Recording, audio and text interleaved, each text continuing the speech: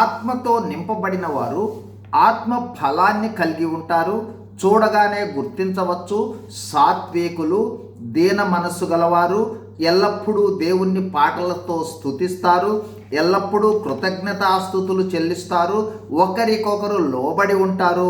స్త్రీలైతే తమ సొంత పురుషులకు లోబడి ఉంటారు. ఈరోజు ఆత్మపూర్ణులైన పురుషులు లేదా భర్తలు ఎలా ఉంటారో చూడబోతూ ఉన్నాం. ఎఫెసీ 5:25 నుండి 28 వచనాల ప్రకారము పురుషులు తమ భార్యలను ప్రేమిస్తారు. యేసు ప్రభువు తన సంఘమును ప్రేమించినట్లుగా ప్రేమిస్తారు.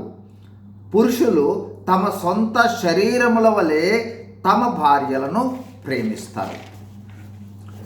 క్రీస్తు సంఘమును ప్రేమించినట్లుగా భర్తలు భార్యలను ప్రేమించాలి.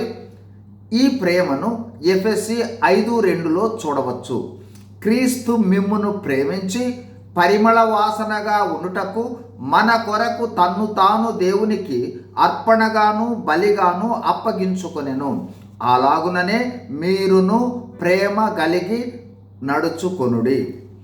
సంఘము కొరకు క్రీస్తు అర్పణగాను బలిగాను అప్పగించుకున్నట్లు భర్తలు భార్యలను ప్రేమించాలి. ఈ ప్రేమ 1 కొరింథీ 13వ అధ్యాయంలో కూడా చూచి గ్రహించి భార్యల పక్షముగా భర్తలు ఈ ప్రేమను చూపించాలి. ఈ విధమైన ప్రేమ చూపుటకు ఆత్మ నింపుదల అవసరం. భర్తలు ఆత్మపూర్ణులైనప్పుడు ఈ విధమైన ప్రేమను చూపగలరు.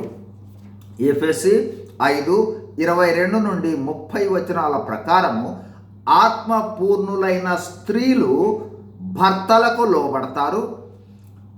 ఏ విధంగా అంటే సంఘము యేసు ప్రభువుకు లోబడినట్లు ఆత్మపూర్ణులైన భర్తలు భార్యలను ప్రేమిస్తారు.